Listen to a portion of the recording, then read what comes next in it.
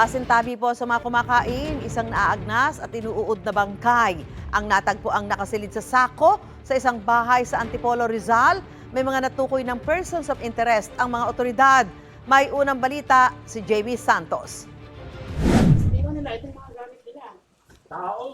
Nakasilid sa sako at naaagnas ang bangkay na ito nang matagpo ang Biyernes ng hapon sa Sitio Lower Manalite 1, Barangay Bagong Nayon, Antipolo City.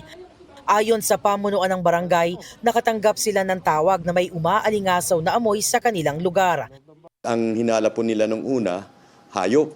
Natagpuan po namin na talagang naagnas ng bangkay ng tao. Nakalagay po siya sa may bandang mga basurahan, may mga kasamang basura na isako kaya hindi po halata na may itinapon na bangkay doon. Kinilala ang biktima bilang si alias Benok. Ang kanyang isinakong katawan nakita sa loob mismo ng kanyang bahay. Nasa advanced stage of decomposition na ito. Hindi na makilala at puno na ito ng uod. Hinala ng mga otoridad may naganap na foul play. Walang saplot ang biktima. Walang nakitang bakas ng dugo sa bahay. Ayon sa mga otoridad, tila raw sinadyang ayusin para maitago ang anumang ebidensya.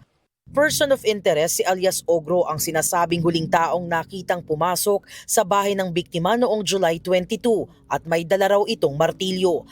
Madalas umano siyang mamalagi sa bahay ng biktima kasama ang mag-asawang sina alias Ena at Tor na pawang person of interest. Ayon po sa amin pong Prok leader ho doon, madalas nasasangkot po siya sa pananakit sa kanyang kinakasama. Tapos may bali-balita din po, di umano sangkot din sa ipinagbabawal na gamot. Sigurado po ko nasa watch list. Patuloy ang investigasyon ng Antipolo Police.